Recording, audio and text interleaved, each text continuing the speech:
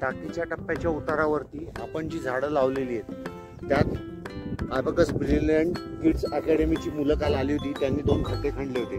त्यापैकी हा एक खड्डा होता आणि वर एक खड्डा आहे. टाकीच्या टप्प्याच्या उतारावरती आपण हे काटेसावरचं झाड पहिल्यांदाच तावरे साहेबांनी आपल्यासाठी ते नर्सरीतनं 5 झाडं विकत आणलेली. त्यापैकी 3 झाडं आपण मागच्या 2-3 दिवसापूर्वी लावली होती.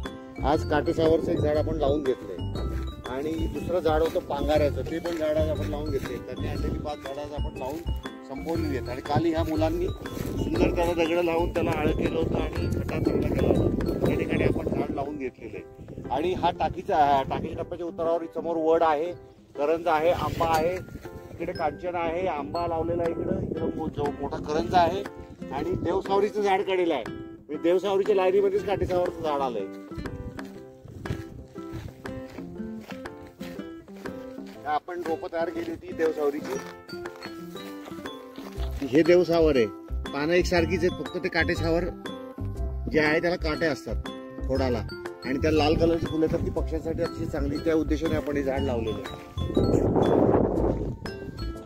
आता आपण चाललोय वर पांगाऱ्याचं झाड बघायला.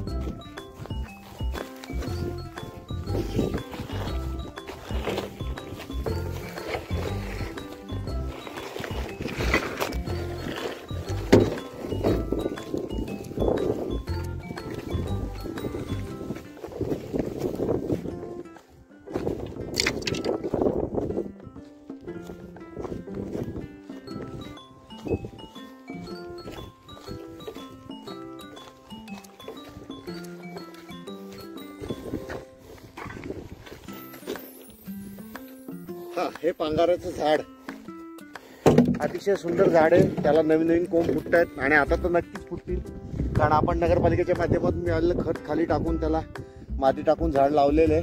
त्याला अतिशय काटे आहेत, काटेदार झाड आहे पांगाऱ्याचं आणि हे कोंब फुटलेलं आहे इथं आणि बऱ्याच ठिकाणी याला नवीन कोंब असे फुटत आहेत.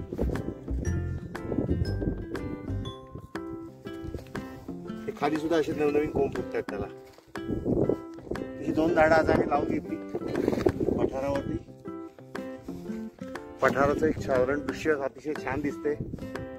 सगळीकडे झाडच झाड झाडच झाड. आज आगवणे साहेब होते, वडेलकर साहेब होते, विजय वडेलकर साहेब आणि सरकाळे साहेब, राजेंद्र सरकाळे साहेब असे 3 जण आमच्या बरोबर होते आणि आम्ही 5 जणांच्यात मिळून थोडंफार काम त्यांनी पाणी टाकून घेतलं. वडेलकर साहेबांनी, आगवणे साहेबांनी मदत केली, सरकाळे साहेब होते, असे म्हणून आम्ही 5 जणांनी आज हे काम बऱ्यापैकी केलेलं आहे आणि आता आम्ही निघालोय. ठीक आहे.